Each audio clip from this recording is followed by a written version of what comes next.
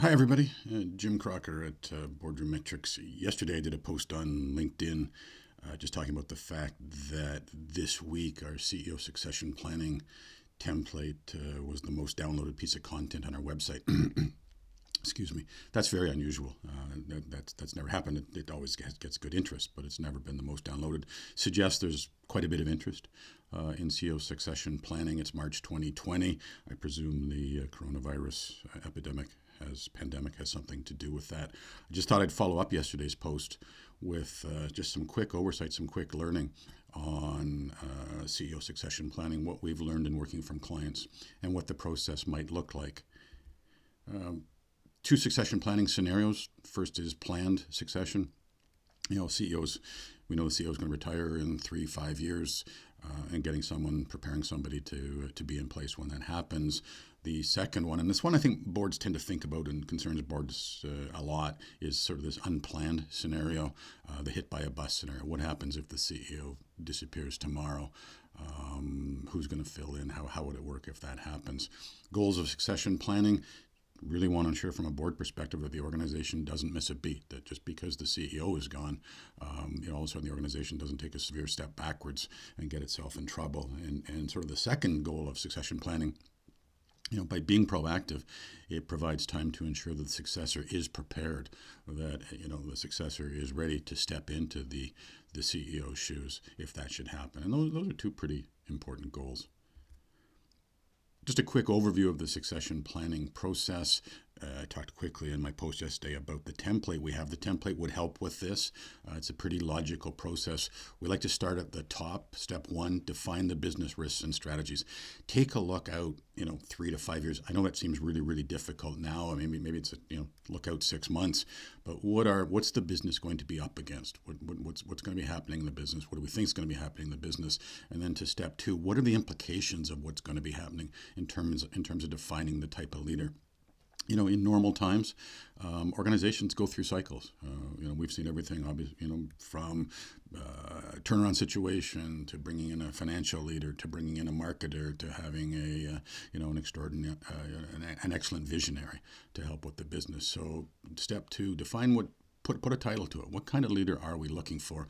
And then go to step three, which is define the specific characteristics of that leader. And this is where the template can really, really help. And those characteristics include everything from education background to career path background, to experience inside the industry, outside the industry, a whole range of, including personal traits and that kind of thing, a whole range of criteria and characteristics. You literally want to come up with a really, really clear picture of the kind of person that you're looking for to be the CEO successor.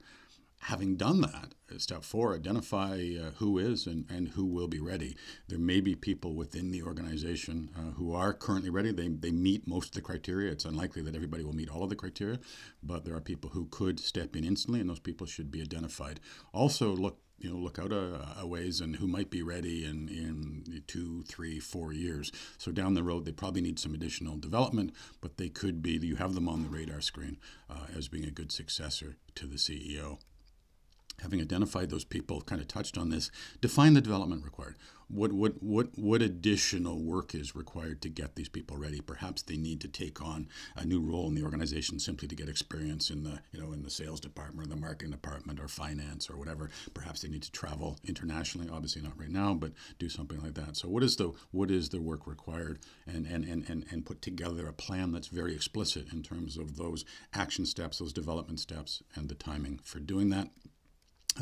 At this point, appropriate to get board buy-off. The succession planning should be a formal board process where both the successor candidates and the development plans should be reviewed with the board and approved by the board so that the board can be on side with that.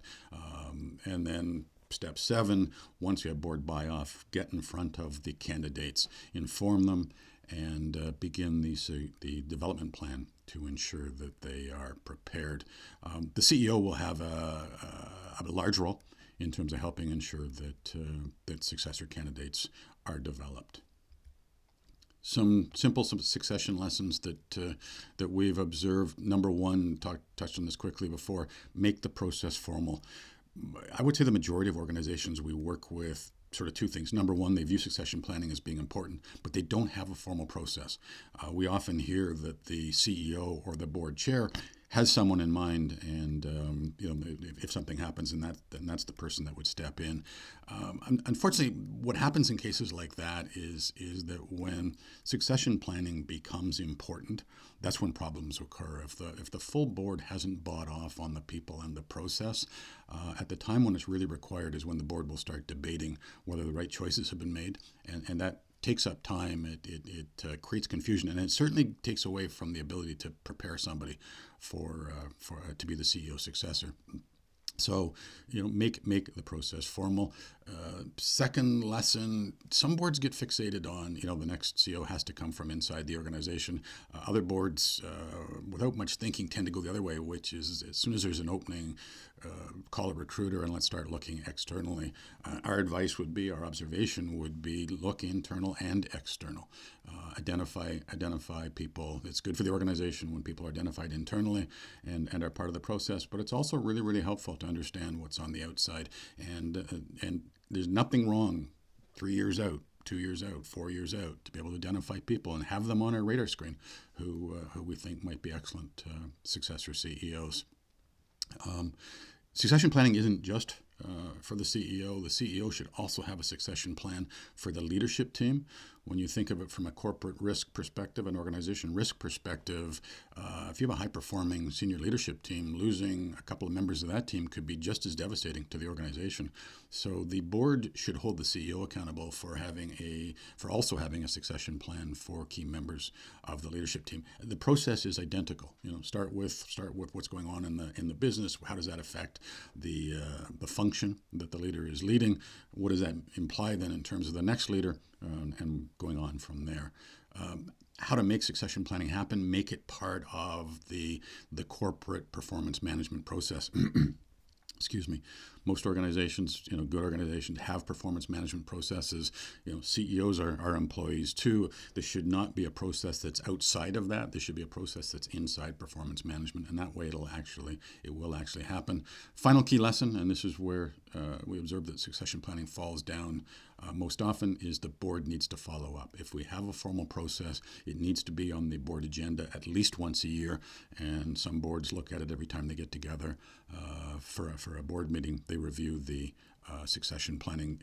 Do we have the right people? How's the development going? Where are we at? They get a report from the CEO on that. But I think because succession planning takes place over a few years, typically, I think the lack of sense of urgency at times has succession planning fall off of the agenda.